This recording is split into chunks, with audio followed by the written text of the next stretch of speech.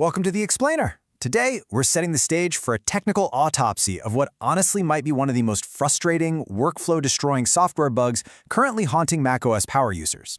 If you do any sort of Telegram development or, just happen to use multiple instances of the app to manage your daily life, you are absolutely going to want to pay close attention.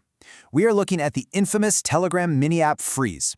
It's a bug that literally locks your entire window and forces you into a corner. But hey, don't worry, we aren't just here to complain today. We're going to look under the hood of macOS, understand exactly why this happens, and then introduce an incredibly targeted, surgical utility that cures the freeze without touching any of your other accounts. Okay, let's dive into this. Here's our roadmap for today's explainer. First, the mini app freeze. Second, the anatomy of a blocked thread. Third, why standard fixes fail. Fourth, the surgical workaround. And fifth, deployment and limitations. Let's get right to it. So picture this. You're deep in the zone, right in the middle of a busy workday. You open a Telegram mini app. Maybe it's a bot web app or a quick game someone sent you, and suddenly, bam, it freezes. The window turns into an absolute unclickable brick. The back arrow does nothing. The menu button, completely dead. It's a moment of pure, relatable frustration, right? Your screen is essentially being held hostage by this tiny little window that refuses to respond to absolutely anything you do. And your mounting annoyance probably looks exactly like these 3 steps. Step 1, you click the red close button. Nothing. Step 2, you resort to your trusty keyboard shortcuts and just aggressively mash Command W. Still nothing. The native macOS Chrome is completely ignoring you. So finally, you reach step 3. You sigh, open the force quit menu, and nuke the entire application. It really feels like you're using a sledgehammer just to swat a fly, doesn't it? Now, the real collateral damage here is what I like to call the restart tax. For a casual user, force quitting once in a while, not the end of the world. But for power users, those of you running multiple Telegram instances, maybe a work account, a personal account, and a couple of portable copies, quitting the entire application means losing all of them at once. You're paying this massive productivity tax, disrupting your entire workflow, all because one single bot decided to hang. You really shouldn't have to suffer through this. And if you go looking for a fix, well, it's pretty bleak. This bug has been a known open issue on GitHub, specifically issue number 28789 since late 2024. Users have repeatedly reported that opening multiple mini apps causes the whole client to hang, and the official workaround from the developers, I kid you not, it's quit the task and start it again. For power users, that nuclear option is just completely unacceptable. We desperately need a better way. All right, moving on to Section 2, Anatomy of a Blocked Thread. Let's diagnose the root cause of this mess. Just to make sure we're all on exactly the same page, let's establish our technical baseline. The main thread is the primary sequence of execution in an app. Think of it as the central nervous system that handles all user interface events, clicks, keyboard presses, and visual updates.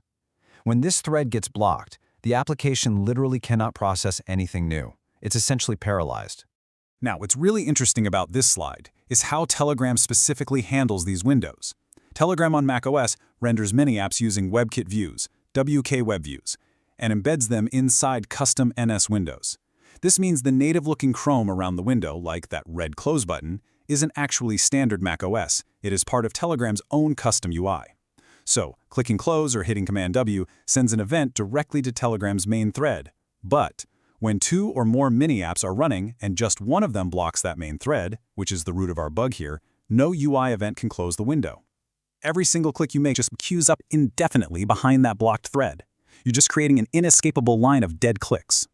Which brings us to Section 3, Why Standard Fixes Fail, or as I like to call it, the zombie window. Let's weigh our options here. The official workaround is restarting everything, which we've already established is terrible. Now, a savvy developer might think, hey, I'll just kill the WebKit process specifically, right? Because the WebView lives in a separate XPC service. But if you kill that service, you just leave a zombie window sitting on your screen. The web contents inside die, sure, but the host window stays wide open, and Telegram's main thread stays permanently blocked, waiting endlessly for inter-process communication replies from a lifeless corpse. It doesn't actually solve the freeze at all. And even clever automated scripts totally fail here. If you try to use AppleScript to tell Telegram to close its windows, well, that command just gets queued on the blocked main thread and is never processed. If you try the macOS Accessibility API to simulate a click, queued up and it simply times out after 6 seconds. Even firing Unix signals like sigstop and sigcont at it to try and kick the process awake does absolutely nothing to that IPC wait state. every single one of these methods just slams into the exact same blocked run loop. So, what actually works? Let's get into Section 4, the surgical workaround. Enter the hero of our story, Kill Stuck Telegram. This open-source tool is an absolute lifesaver. It performs a highly elegant three-step magic trick, acting way more like a sniper than a nuclear bomb. First, it detects the frozen windows using a public macOS API. Second, it ruthlessly terminates only that exact process ID using a hard kill -9 command. And third, it instantly relaunches that specific Telegram application using its absolute file path. And this brilliantly illustrates how it actually finds those frozen windows without needing super intrusive system permissions. It uses an unprivileged window geometry heuristic. Basically, it looks for windows on your screen that are shaped exactly like mini-apps. Specifically, it hunts for windows between 300 and 520 pixels wide and 600 to 900 pixels tall. By searching for this exact shape across all running processes, it can pinpoint a stuck mini-app even if the web view behind it is totally dead, and it successfully ignores your massive, wide main chat windows. So clever. Now, once it finds the target, the real secret sauce is how it relaunches it. If it just told macOS to broadly open Telegram, Apple's launch services might accidentally open your personal copy instead of the work copy that just crashed. By using the terminal command open-n combined with the exact absolute path of the application that was just killed, it forces the system to spawn the exact same binary. This is the magic that guarantees your other portable Telegram copies and your separate accounts stay completely safe and completely untouched. All right, Section 5, Deployment and Limitations. Let's talk about how you actually operate this scalpel. Getting this set up is incredibly straightforward. Step 1, you just download the .dmg file directly from the GitHub releases page. Step 2, drag it right into your applications folder like normal. Now, Step 3 is a minor but important friction point. You must right-click the app and select Open for the very first launch. Why? Well, because the developer hasn't paid Apple's $99 yearly fee to get the app notarized, so macOS Gatekeeper is going to try to block it initially. Just right-click, hit Open, confirm it, and you are good to go forever after that. So the crucial point is that while this tool is fantastic, we have to honestly evaluate its caveats. First up, OS compatibility. It requires macOS 13 or higher. We already mentioned the gatekeeper friction since it's not notarized. Also, because it relies on those window shape heuristics we talked about, if Telegram massively changes the size of mini apps in a future update, the tool might need a patch to catch up. And finally, because we are using a hard kill command, any unsent text drafts you are currently typing in that specific instance, yeah, those might be lost. But hold on, I want to immediately reassure you regarding that last point about data loss. While a mid-sentence draft might vanish, your core data is entirely safe from this surgical kill command. As the developer notes, your chats, drafts, and accounts persist. Telegram stores its session and all message history in the cloud. So the moment the tool relaunches the app, everything resyncs in seconds. And all the other instances you had open, they literally won't even notice anything happened.